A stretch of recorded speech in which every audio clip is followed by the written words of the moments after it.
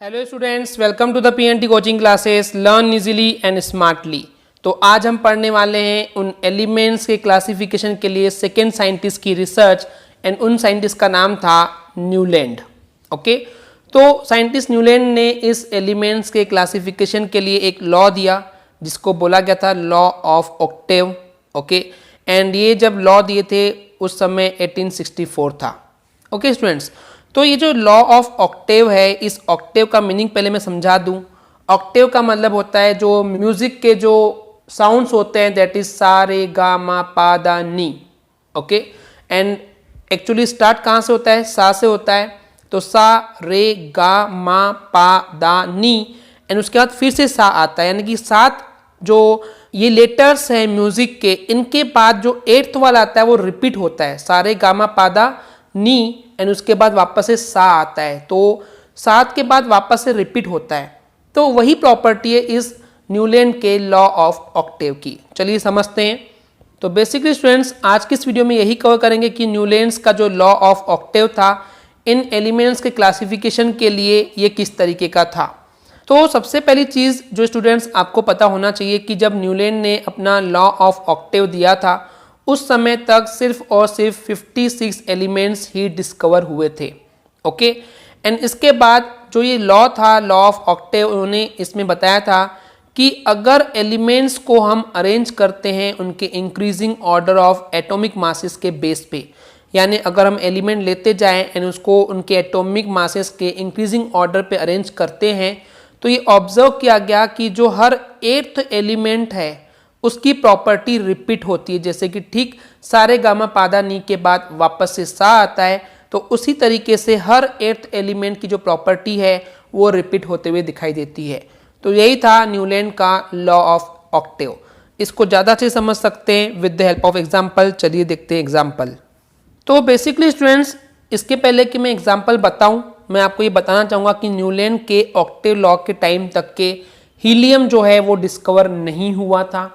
Okay, इसलिए आपको hydrogen के बाद जनरली हीलियम देखने को यहाँ पे नहीं मिलेगा। सो ये हमेशा जनरली स्टूडेंट्स मिस्टेक कर देते हैं, तो आपको ये ध्यान में रखना है कि हीलियम डिस्कवर नहीं हुआ था जब तक ये न्यूलैंड का लॉ ऑफ ऑक्टेव प्रपाउंड या फिर अनाउंस किया गया था। तो इन्होंने क्या किया कि एटॉमिक मासेस को इंक्रीजिंग ऑर्डर पे अरेंज किया, जैसे कि hydrogen, lithium, beryllium, boron, carbon, nitrogen, oxygen. तो 1 2 3 4 5 6 7।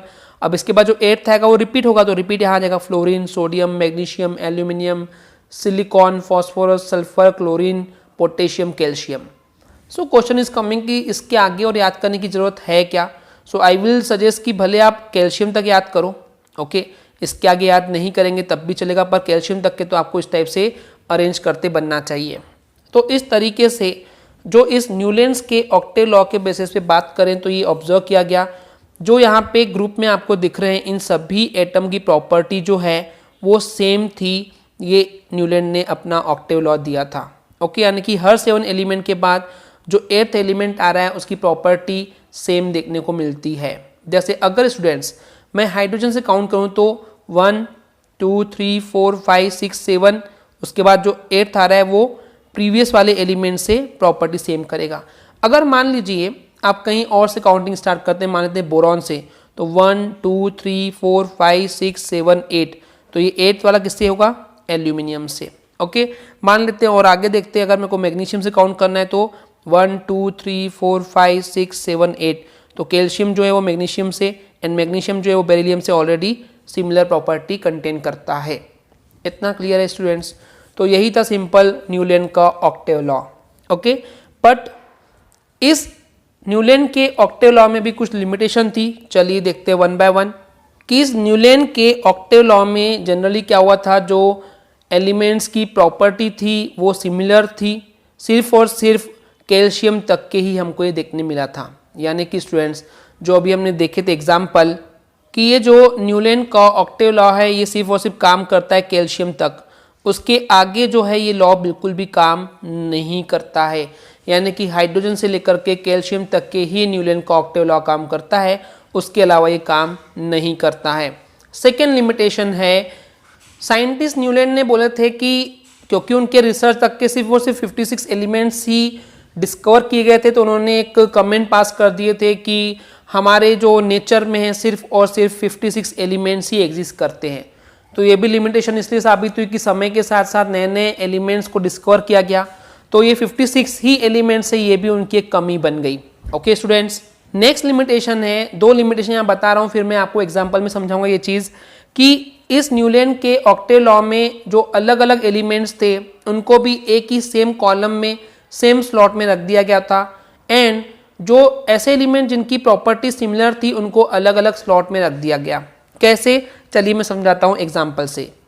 तो बेसिकली स्टूडेंट्स, जैसे कि आप यहाँ देख रहे हैं कॉलम नंबर 1 या स्लॉट नंबर 1 में देखें अगर, तो ये सारे हाइड्रोजन, फ्लोरीन, क्लोरीन, ये सब क्या है, ये नॉन मेटल है, बट इनके बीच में हमको कोबाल्ट एंड निकिल देखने मिलते हैं। तो ये कोबाल्ट एंड निकिल जो है जनरली मेटल है। तो यानी कि क्या हो गया, डिसिमिलर जो एलिमेंट्स हैं उनको एक ही ग्रुप में डाल दिया गया, तो ये प्रॉब्लम हो गई।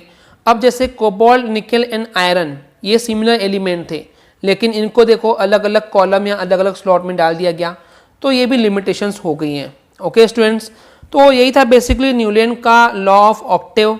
आई होप आपको क्लियर हो गया होगा। अब इस न्यूलैंड के लॉ ऑफ ऑक्टेव से रिलेट करते हुए कुछ क्वेश्चंस हैं जो कि एग्जाम में आते हैं, वो हम 1 बाय 1 सारे क्वेश्चन अगले आने वाले वीडियोस में कवर करेंगे।